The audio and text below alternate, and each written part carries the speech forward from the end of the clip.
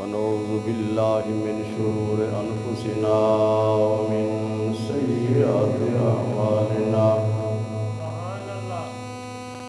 من يهده الله فلا مضل له ومن يضلله فلا هادي له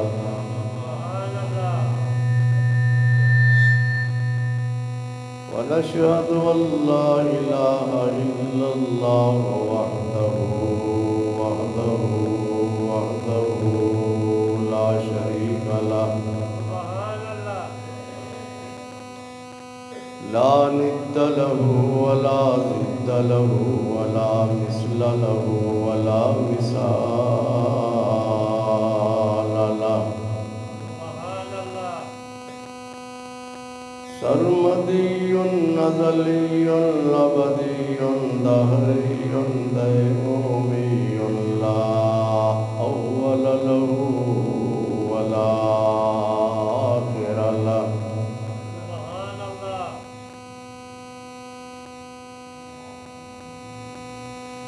ونشهد أن سيدنا وسندنا وحبيبنا وطبيبنا ومأوانا وملجأنا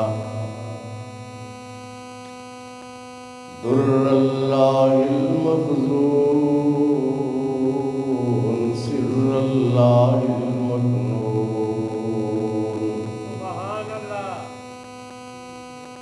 نور الأفئدة والعيون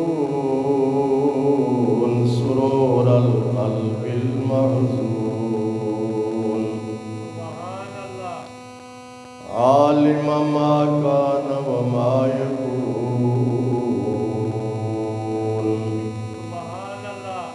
سيدنا ومولانا محمدا عبده ورسوله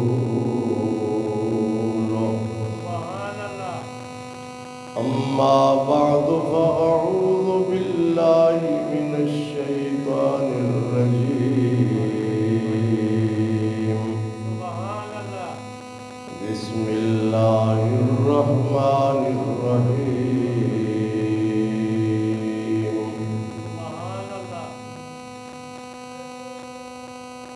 أطيعوا الله وأطيعوا الرسول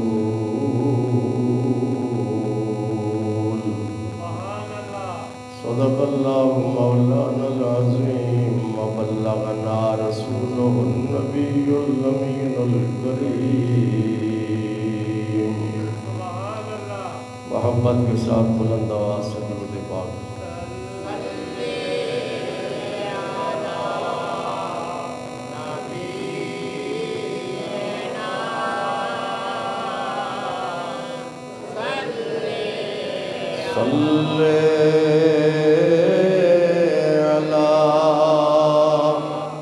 نبینا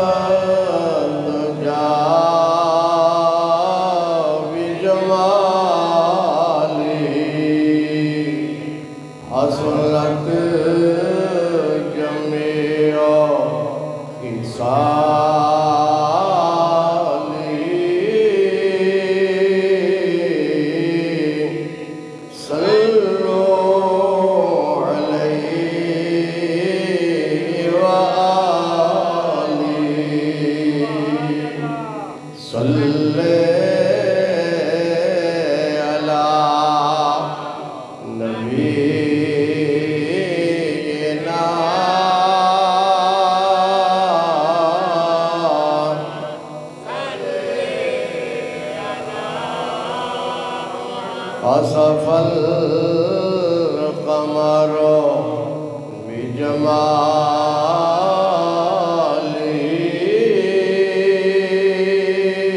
بجماله نطق الحجر بجلاله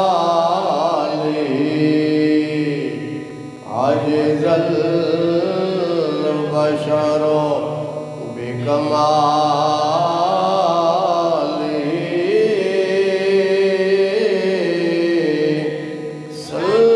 صلوا عليه وآله صل على نبينا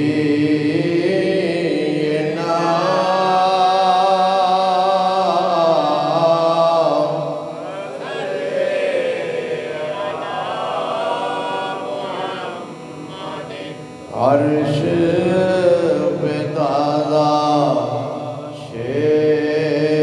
شیر چار فرش پہ ترفع دام کان جدھر لگائیے تیری داستان ہے صلی علی نبینا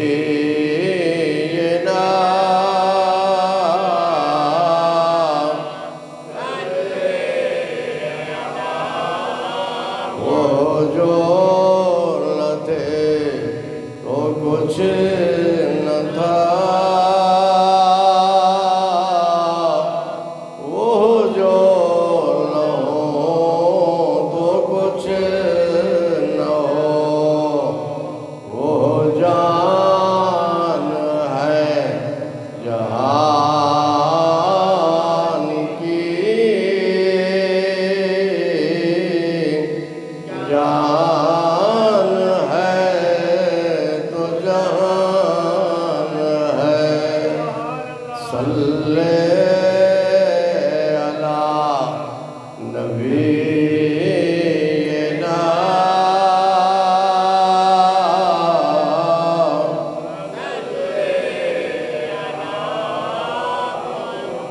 وہ کمال حسن حضور ہے کہ گمان نقص جہاں نہیں یہی پھول خار سے دور ہے یہی شمع ہے کہ دعا نہیں صلی علی نبینا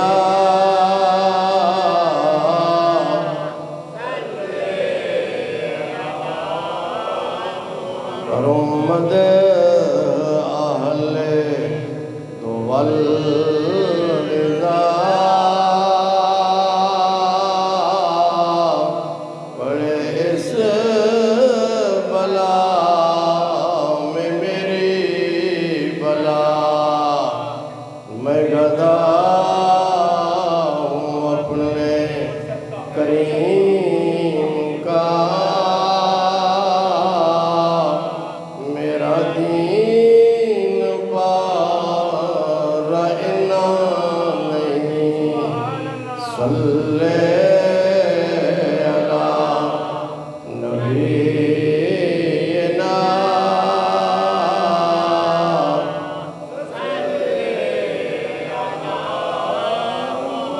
صلی علی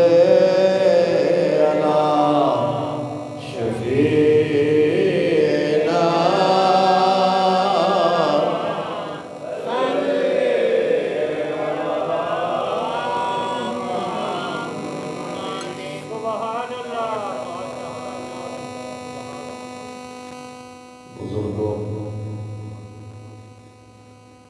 بھائیو عزیزو،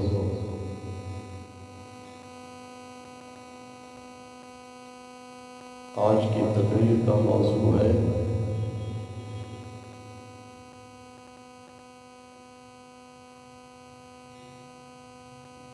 اپنے تمام معاملات میں کامیابی حاصل کرنے کے لیے قرآنی نسخہ۔ سبحان اللہ۔ جتنے بھی آپ یہاں پہ موجود ہیں یا جو لوگ باہر میری آواز کو سن رہے ہیں،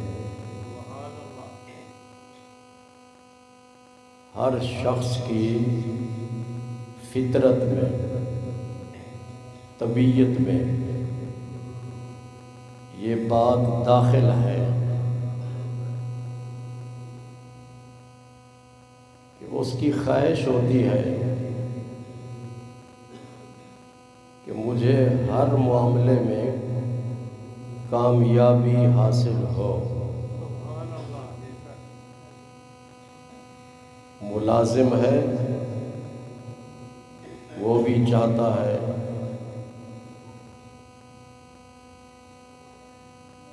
کہ پروموشن حاصل کرنے کے لیے مجھے کامیابی حاصل ہو۔ تاجر بھی کامیابی چاہتا ہے، کسان بھی کامیابی چاہتا ہے، طالب علم بھی کامیابی چاہتا ہے۔ آپ کو کوئی ایسا شخص نہیں ملے گا جس کی خواہش ہو کہ میں ناکام ہوں۔ کیوں جی؟ ظاہر سے یہ جتنے بھی آپ بیٹھے ہیں نا، ہر ایک اپنا اپنا ایک ذہن میں معاملہ ہے۔ بٹ صاحب بھی چاہتے ہیں، ان کے دماغ میں جو باتیں ہیں کہ ہمیں کامیابی حاصل ہو۔ قرآن مجید سے پوچھتے ہیں۔ سبحان اللہ۔ قرآن مجید اللہ کا کلام ہے۔ سبحان اللہ۔ اس کا مطلب یہ ہے کہ اللہ سے پوچھتے ہیں، یا اللہ ہمیں بتا ایسا نسخہ کہ جس پر عمل کرنے سے ہمیں کامیابی نصیب ہو۔ اس پہ گفتگو گزشتہ جمعہ پہ بھی ہو چکی ہے۔ تو اللہ تعالیٰ نے قرآن پاک میں ارشاد فرمایا، وَمَن يُطِعِ اللَّهَ وَرَسُولَهُ فَقَدْ فَازَ فَوْزًا عَظِيمًا۔ قرآن کا پیغام یا قرآن مجید کی تعلیمات کا تعلق صرف 1400 سال پہلے کے مسلمانوں کے لیے نہیں تھا۔ قرآن پاک کا پیغام ابدی ہے، قیامت تک کے لیے قرآن پاک کا یہ پیغام ہے۔ اگر کوئی شخص اپنے معاملات میں کامیابی چاہتا ہے، اسے چاہیے اللہ کے احکامات پر عمل کرے اور رسول اللہ کی تعلیمات پر عمل کرے۔ پھر اللہ تعالیٰ گارنٹی دیتا ہے، دنیا میں کوئی کسی کو کامیابی کی گارنٹی نہیں دے سکتا۔ اللہ تعالیٰ نے گارنٹی دی ہے،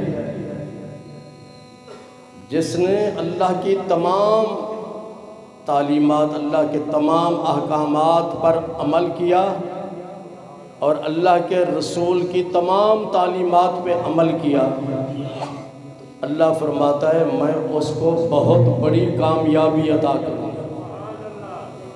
بہت بڑی کامیابی کیا ہے؟ کہ دنیا کے تمام معاملات میں بھی وہ کامیاب، قبر میں بھی کامیاب اور آخرت میں بھی کامیاب۔ بڑی کامیابی یہ ہے۔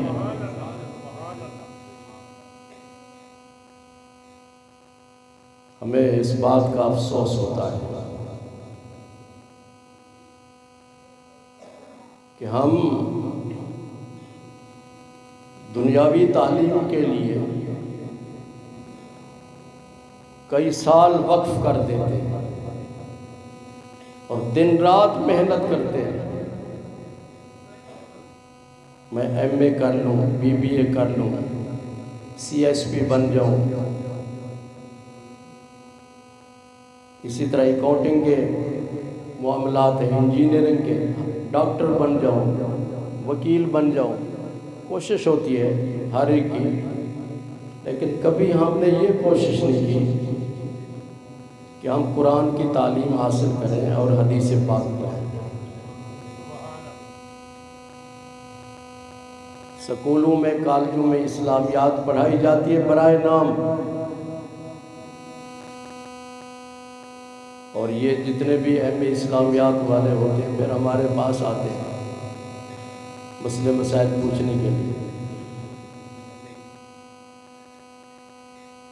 تو افسوس اس چیز کا ہے کہ ہمیں یہ معلوم نہیں ہے کہ اللہ تعالیٰ کے احکامات کیا ہیں اور اللہ کے رسول کی تعلیمات کیا ہیں۔ ظاہر ہم نے صرف یہ سمجھ لیا کہ اللہ کا حکم ہے نماز پڑھو، ہم نماز پڑھتے ہیں، اللہ کا حکم ہے زکوٰۃ دو، زکوٰۃ دیتے ہیں، اللہ کا حکم ہے حج کرو، حج کرتے ہیں، اللہ کا حکم ہے روزہ رکھو، روزہ رکھتے ہیں، بس ہم نے یہ سمجھا ہو۔ اور بھی اللہ تعالیٰ کے بہت سارے احکامات ہیں، اگر قرآن مجید پڑھیں تو آپ کو پتہ چلے گا نا کہ قرآن کیا کہتا ہے، اور حضور صلی اللہ علیہ وسلم کی تعلیمات کیا ہیں، آپ نے کیا ارشاد فرمایا۔ بڑا وسیع مضمون ہے یہ۔ پھر نہ ہم قرآن مجید پڑھتے ہیں، نہ حدیث پڑھتے ہیں، نہ قرآن پڑھانے والوں کے ساتھ رابطہ رکھتے ہیں، نہ حدیث پڑھانے والوں کے ساتھ رابطہ رکھتے ہیں۔ حضور صلی اللہ علیہ وسلم کی تعلیمات کا بڑا وسیع میدان ہے۔ ان تعلیمات میں سے آپ کی تعلیم کا ایک حصہ یہ ہے، آپ نے ارشاد فرمایا کسی کے ساتھ محبت کرو تو دل میں یہ خیال رکھو اور دماغ میں یہ بات ہونی چاہیے کہ میں صرف اللہ کو راضی کرنے کے لیے محبت کر رہا ہوں، میرا رب راضی ہو۔ استاد سے محبت کرتے ہیں، ماں باپ سے محبت کرتے ہیں، اولاد سے محبت کرتے ہیں، نیت یہ ہونی چاہیے کہ میرا رب مجھ پر راضی ہو جائے۔ اور اگر آپ کسی سے نفرت کرتے ہیں، کسی سے نفرت کرتے ہیں یا آپ کسی سے بدلہ لینا چاہتے ہیں، لوگ تکلیف پہنچاتے ہیں نا، دل کو تکلیف پہنچتی ہے، تو میاں صاحب کہتے ہیں کہ اس نے مجھے تکلیف پہنچائی تو میں بدلہ لوں گا۔ آج کل بدلہ لینے کی کیا صورت ہے، معمولی سی بات پہ فائر کھول دیتے ہیں کہ نہیں، یہ اللہ رسول کی تعلیمات کے خلاف ہے۔ حضور صلی اللہ علیہ وسلم کی تعلیم کا ایک پہلو، اور بہت سارے پہلو ہیں، آپ نے ارشاد فرمایا اللہ کی رضا کے لیے محبت کرو اور اللہ کی رضا کے لیے نفرت کرو اور بدلہ لو، اللہ کی رضا کے لیے کہ رب راضی ہو۔ ہم کافر اور مشرک اور یہودی غیر مسلموں سے نفرت کیوں کرتے ہیں؟ اس لیے نفرت کرتے ہیں کہ ان کے سینوں میں کفر ہے، شرک ہے، حضور صلی اللہ علیہ وسلم کی گستاخی ہے، وہ گستاخ رسول ہے، گستاخ انبیاء ہے۔ ڈنمارک میں ایک شخص نے قرآن مجید کی بے حرمتی کی، سر عام قرآن مجید پہ پاؤں رکھا اور اس کے بعد اس کو جلایا، احتجاج ہوا پوری دنیا میں۔ پچھلے دنوں ان کی پارلیمنٹ نے قانون پاس کیا کہ جو شخص قرآن مجید کی توہین کرے گا 2 سال اس کو قید دی قید دی جائے، جیل میں ڈال دیا جائے گا اور اس پر جرمانہ بھی ہوگا، یا دونوں سزائیں اس کو دی جائیں گی۔ ہم بھی یہی کہتے ہیں کہ بھی قرآن مجید ہو یا انجیل ہو یا تورات ہو، جن لوگوں کی مقدس کتابیں ہیں ان کی توہین نہیں کرنی چاہیے۔ اسلام یہ کہتا ہے۔ حضور صلی اللہ علیہ وسلم کی تعلیم کیا ہے؟ اور بہت ساری تعلیمات ہیں، آج صرف ایک آپ کی تعلیم کا ایک پہلو بیان کر رہا ہوں۔ آپ نے ارشاد فرمایا محبت کرو تو صرف اللہ کی رضا کے لیے کہ رب راضی ہو جائے،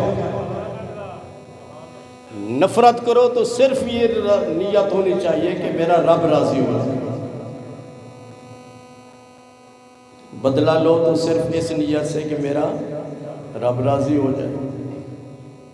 بدر کی جنگ میں حضرت ابوبکر صدیق رضی اللہ تعالیٰ عنہ کا بیٹا قیدی بنا کر حضور صلی اللہ علیہ وسلم کی خدمت میں پیش کیا گیا، اور بھی قیدی بہت سارے تھے۔ اس وقت تک حضرت ابوبکر صدیق کا بیٹا مسلمان نہیں ہوا تھا، عبد الرحمن اس کا نام تھا۔ تو اس نے حضرت ابوبکر صدیق کو دیکھتے ہوئے احسان جتلایا کہ میدان جنگ میں میری تلوار کے سامنے کئی مرتبہ ہے، میں نے آپ کو معاف کر دیا کہ میرے باپ ہیں، میرے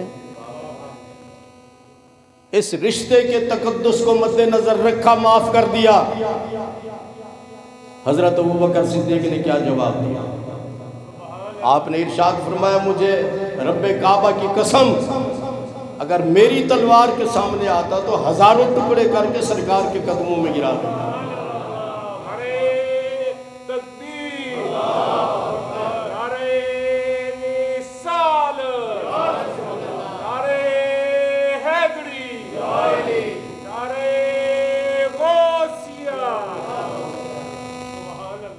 آپ نے یہ بات کیوں کہی؟ اس لیے کہ حضور صلی اللہ علیہ وسلم نے ارشاد فرمایا بدلہ لینا ہو تو صرف یہ نیت ہو کہ رب راضی ہو جائے۔ 8 ہجری کو، کب؟ حضور صلی اللہ علیہ وسلم مکہ مکرمہ سے ہجرت کر کے مدینہ شریف چلے گئے،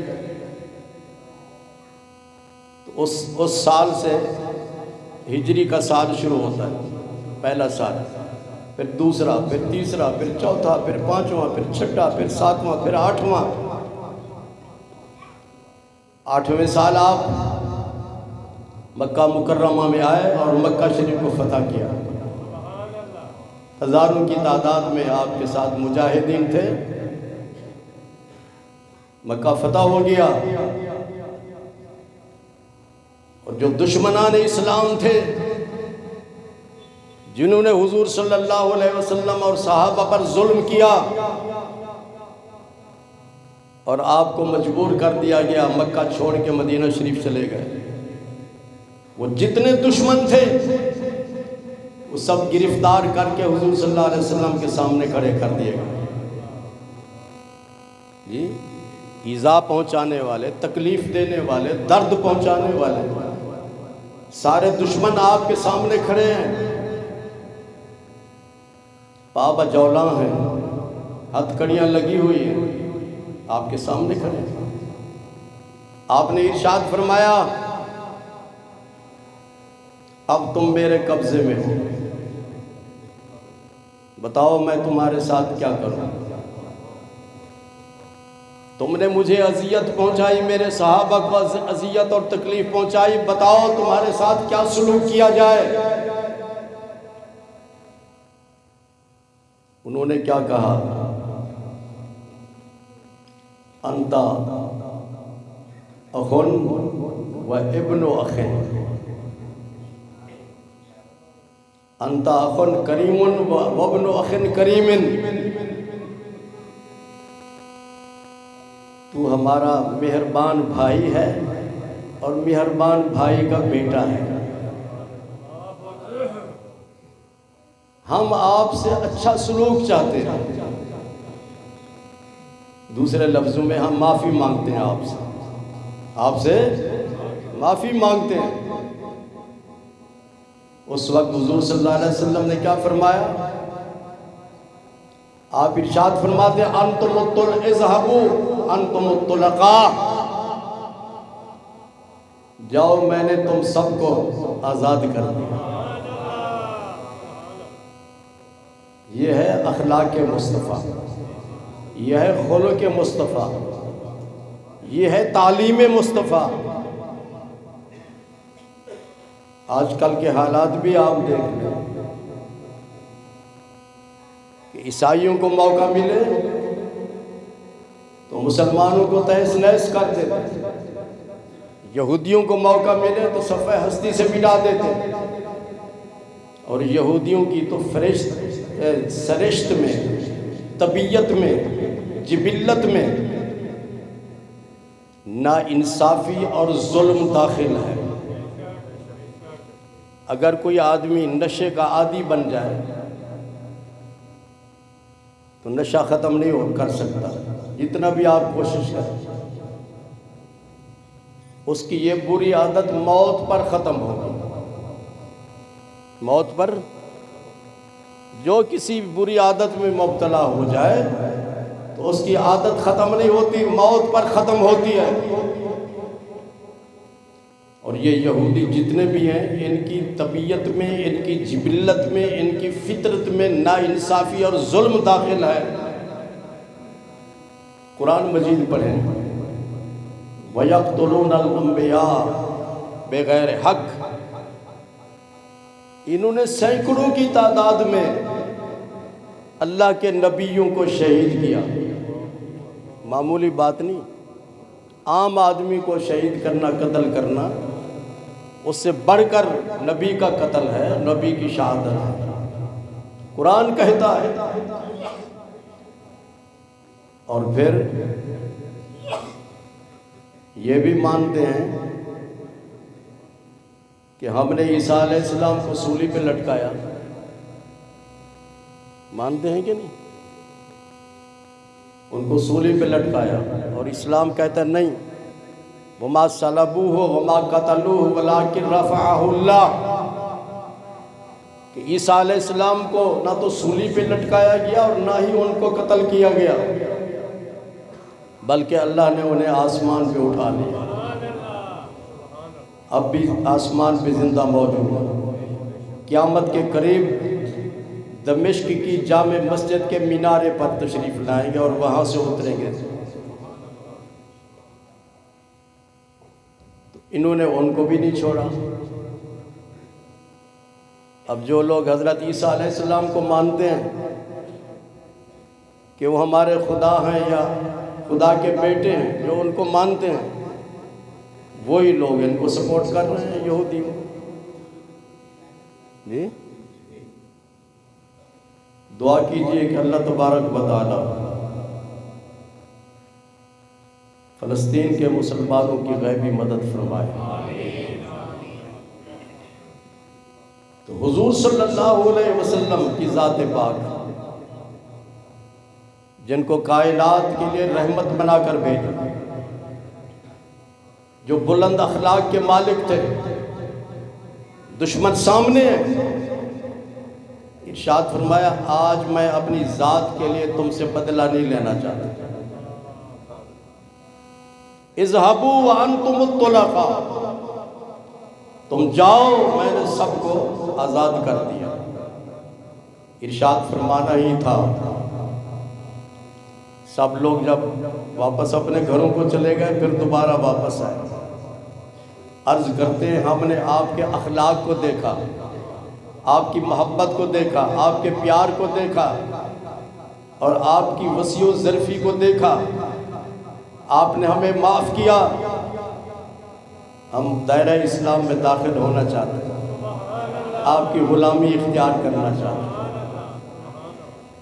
سب کے سب نے اسلام قبول کر لیا۔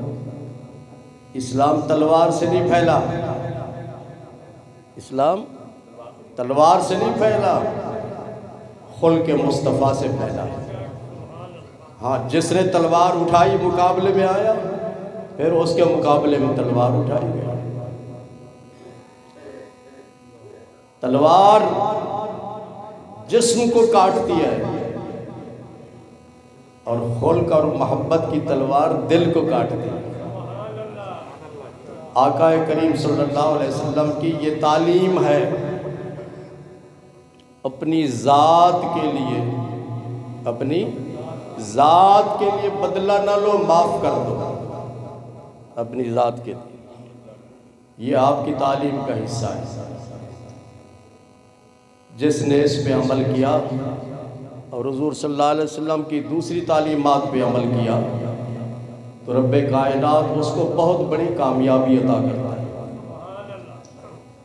حضرت خواجہ معین الدین چشتی اجمیری ہوں، حضرت داتا گنج بخش رحمۃ اللہ علیہ ہوں، حضرت بابا فرید الدین گنج شکر ہوں، حضرت قبلہ عالم خواجہ نور محمد صاحب مہاروی ہوں، پیر پٹھان توسوی ہوں، پیر مہر علی شاہ صاحب ہوں، یہ جتنے بھی اولیاء کرام ہیں انہوں نے حضور صلی اللہ علیہ وسلم کے اسی اسوہ حسنہ پہ عمل کیا۔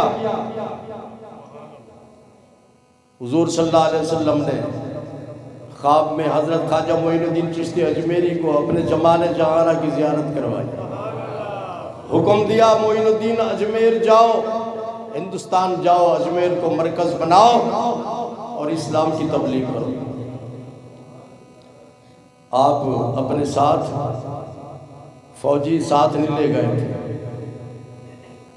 مجاہدین ساتھ لے کر نہیں گئے، چند مرید تھے، اجمیر پہنچے، اپنے مسلح پر بیٹھے رہے، اپنے مسلح پر بیٹھے رہے، کندھے پر بسترا اٹھا کر گلی گلی کوچے کوچے میں جا کر اسلام کی تبلیغ نہیں کی، مسلح پر بیٹھے رہے۔ جس ہندو نے آپ کا چہرہ دیکھا اسلام قبول کر لیا۔ کیوں؟ اس لیے کہ حضور صلی اللہ علیہ وسلم ارشاد فرماتے ہیں اللہ کے ولی کی نشانی یہ ہے، ہم اذا روز ذکر اللہ، جب تیری نگاہ ان کے چہرے پر پڑے تو رب یاد آ جائے۔ کیوں؟ اس لیے کہ اللہ کے ذکر سے، اللہ کی یاد سے، اللہ کی عبادت سے اللہ کے ولی کا دل منور اور روشن ہو جاتا ہے۔ جب دل روشن ہوتا ہے تو وہی روشنی اس کے چہرے سے نظر آتی ہے، تو اس کے دل میں نور خدا ہوتا ہے، نور مصطفیٰ ہوتا ہے، تو وہ نور خدا اور وہ نور مصطفیٰ اس کے چہرے سے نظر آتا ہے۔ تو حضرت خواجہ معین الدین چشتی اجمیری، آپ نے مجاہدین کو ساتھ نہیں لیا، آپ نے فوجیوں کو ساتھ نہیں لیا، اجمیر میں پہنچے اور اسلام کی تبلیغ کی، اور اس تبلیغ کا یہ اثر ہوا کہ لاکھوں کی تعداد میں لوگوں نے اسلام قبول کر لیا۔ پوری دنیا سے آج ہزاروں کی تعداد میں ان کے عرس مبارک پہ، رجب شریف پہ عرس ہوتا ہے، حاضری دیتے ہیں۔ تو یہ کیا ہے ان ولیوں کے پاس؟ ان ولیوں کے پاس اسوہ حسنہ ہے، حضور صلی اللہ علیہ وسلم کی تعلیم کا ایک پہلو ہے، اور وہ کیا پہلو ہے کہ دشمن کے سامنے اپنے اخلاق کا مظاہرہ کرو، اپنے خلق کا مظاہرہ کرو، نرم پالیسی اختیار کرو، پیار سے اس کو اپنا بناؤ، تلوار سے اسلام نہیں پھیلا، محبت سے اور خلق مصطفیٰ سے اسلام پھیلا ہے۔ تو اللہ تعالیٰ قرآن میں ارشاد فرماتا ہے مَن یُطِعِ اللَّهَ وَرَسُولَهُ فَقَدْ فَازَ فَوْزًا عَظِیمًا، جس نے اللہ کی فرما برداری کی، اللہ کے رسول کی تعلیمات پہ عمل کیا، تو اللہ تعالیٰ اس کو بہت بڑی کامیابی عطا کرتا ہے۔ دعا کیجئے کہ اللہ تبارک و تعالیٰ ہم سب کو اسلامی تعلیمات کے مطابق عمل کرنے کی توفیق عطا فرمائے۔ وآخر دعوانا الحمدللہ رب العالمین۔